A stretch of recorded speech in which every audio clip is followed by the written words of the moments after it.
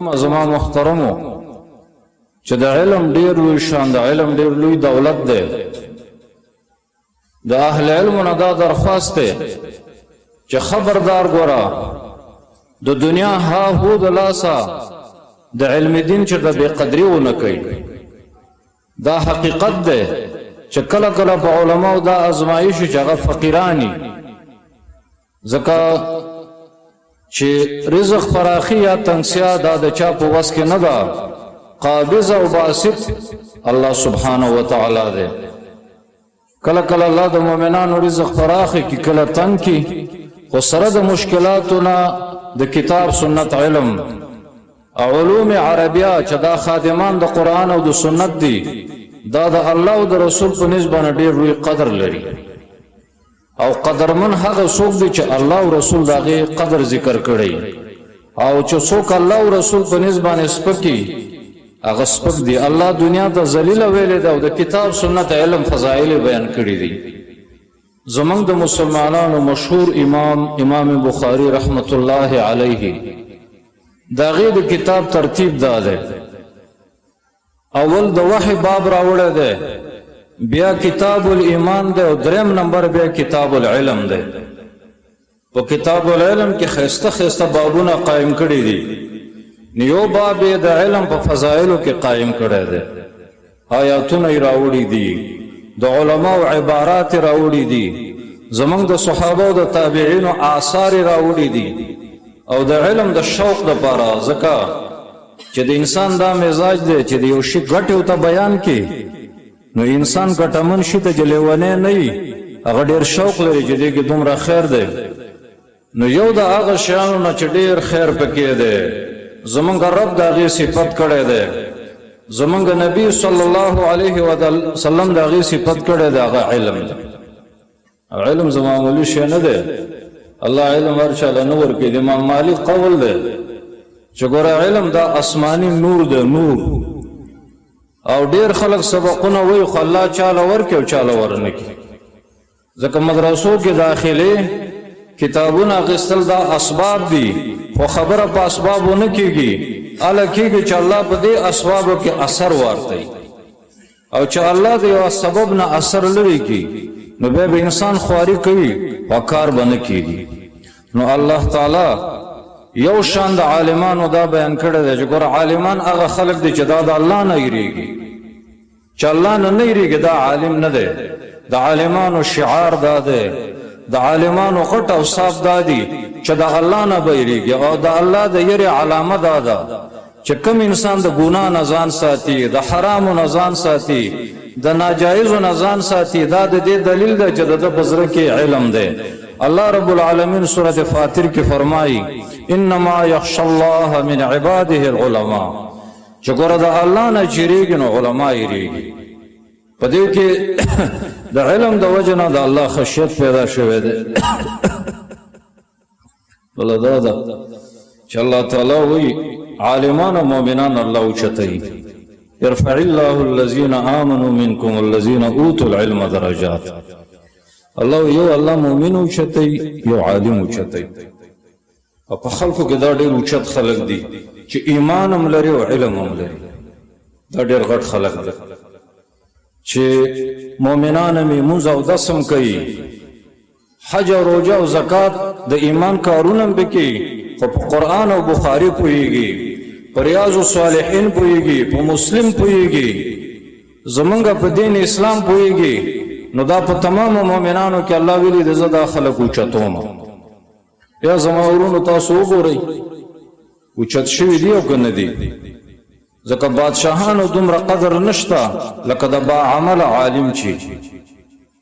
بلکې بادشاهان ها هو کوي ګاډي ماډي لري غر غر وي خو چې مړه شي ستمړه شي او د کتاب سنت عالمان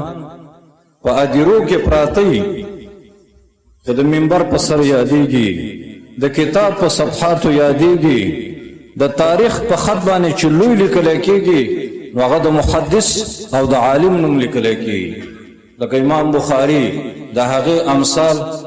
زمونږ دا مطلب نه دی چې سړی به د نومونو دپاره سبق وایي خو دا ویو چې زمونږ رب په علم کې دا اثر یې ښی دی چې ډېر غلامان یو د علم د وجه نه د بادشاهانو بادشاهان او دا لوی فضیلت دی چې زمونږ رب قرآن کې زمونږ پیغمبر ته دا ویلي دي صلی الله علیه وسلم چې د الله نه دا دعا کوه چې یا الله تا زما علم زیات کړي وقل ربي زدني علما. د قرآن مفسرین وایي چې تمام قرآن کې د بل شي د زیادت دعا نشته، خو زمونږ نبی ته دا امر دی چې د علم د زیادت سوال کوه. عظیم فضیلت دا ده. حدیث کې دا راځي چې علما د انبیاء وارثان دي. الحمدلله ای علماء او شاباس دي په تاسو باندې، افرین دي په هغه ابی دادا چې 14 کاله بچی ولګي او هغه ته تاج د عالم ملاو شي او مؤمنانو ته وایي چې دا زمونږ د کلي عالم دی. ځکه د دنیا قانون دا دی چې د مړي نه هغه څوک میراث وړي چې څوک یې ډېر خپلي.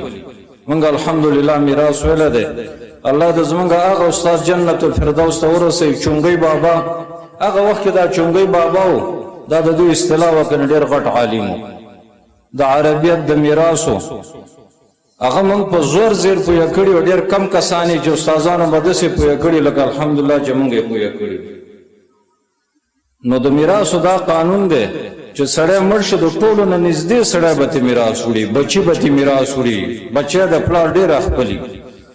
نو علماو ته د انبیاء وارثان ځکه ویلی شوي دي چې تمامو مسلمانانو کې ډېر نږدې خلک چې دي دا علما دي. د علماو زمونږ په معاشره کې ښه کردار دی،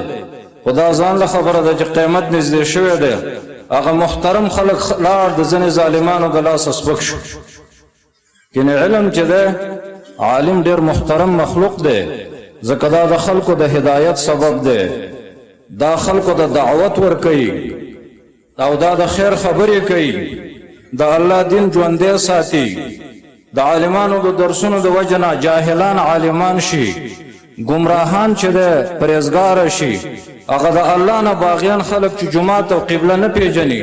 هغه د یو ښه عالم د مؤثر دعوت د لاسه د زمانې یو لوی مسلمان د جوړ شي. دغه کردار د چا د انبیا خو نشته، ختم نبوت دی. دا کردار د علماء کرامو دی. الله تعالی د زموږ ټولو د طرف نه جزای خیر ول ورکړي. په ډیرو آثارو کې دا راځي چې عالمان په شان د ستورو دي. په دې کې علماوی د هغې وجه دا ده چې ستوری ډول د اسمان دی او تقوادار عالم ډول د ځمکې دی. بله وجه دا ده چې په ستورو د اسمان حفاظت ده د شیطانانو نه، او د الله د دین حفاظت په ځمکه کې چې کېږي دا د علماو د وجه. تاسو وګورئ دلته یو زندیق پیدا شوی دی په دې ورمړو طرف ته. تاسو ټول زمانه ښه پېژنئ. کله بخاري ته کنځلې کوي، کله عایشې بیبي پورې خاندي. د یو د زمانې چرسي او پوډري به داسې خبرې ونه کړي لکه دغه ظالم چې کوي دا زوال موزل دی. الله دې هغه سزا ورکړي چې د کومې سزا مستحق دی. لیکن په دې باندې چې د دې حقیقت بیانوي او خلکو ته دا ښیي چې دا ګوره ګمراه دی، دا ډېر خراب سړی دی او د ده په خبرو دوکه نه شي. نو دغه مسلمانانو خیرخواهي چې کوي دا زمونږ مشایخ کوي، زمونږ د کتاب سنت عالمان کوي. الله دې دا ژوندي لري،